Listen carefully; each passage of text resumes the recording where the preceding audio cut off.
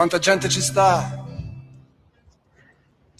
Buonasera a tutti e bentornati a Liberamente, variazioni e scorribande qui su Radio Libertà.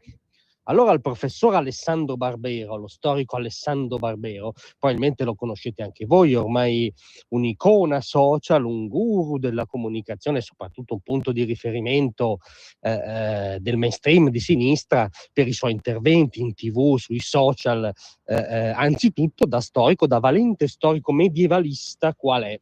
Poi, essendo diventato personaggio appunto social, ha esteso i suoi ragionamenti alla storia tout court, compreso la storia contemporanea, a volte l'attualità, dove le sue analisi sono sempre, diciamo così, più critiche con la civiltà occidentale che con le autocrazie che la minacciano. Rileviamo questa costante. Ma al di là di tutto, sicuramente è uno storico di vaglia, sicuramente non è un esperto di diritto, non è un esperto del sistema giuridico, non è un esperto di riforma della giustizia. Perché lo diciamo? Perché il professor Barbero ci ha reso edotti tramite appunto i suoi canali social del suo endorsement per il no al referendum sulla giustizia. E qual è l'argomento profondo che ci ha sviscerato, diciamo, lo storico star?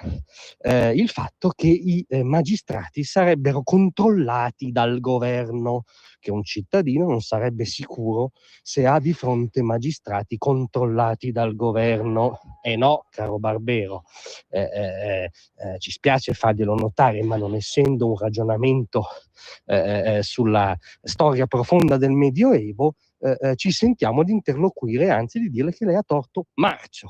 Ha torto marcio perché, come è noto, le direttrici della riforma della giustizia sono anzitutto lo sminamento del sistema delle correnti, che è proprio per definizione il grimaldello con cui si è politicizzata l'azione della magistratura, e l'estrazione a sorte dei membri del CSM va proprio a recidere alla radice questa grossissima contaminazione tra politica e giustizia.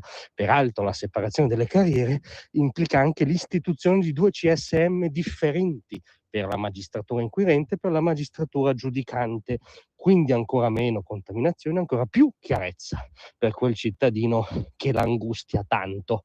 E poi guardi, c'è, come dire, il parere rispetto al suo sfondone, perché di sfondone si tratta, di uno al di là di ogni sospetto, no?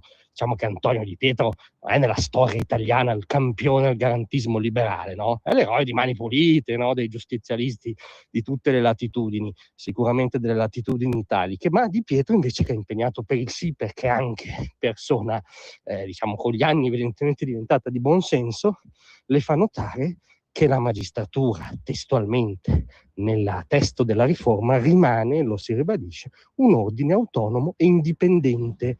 Non c'è nessuna forma di assoggettamento del potere, o meglio dell'ordine giudiziario, al potere politico. Anzi, sbaraccando il sistema delle correnti, c'è una depoliticizzazione radicale dell'ordine giudiziario.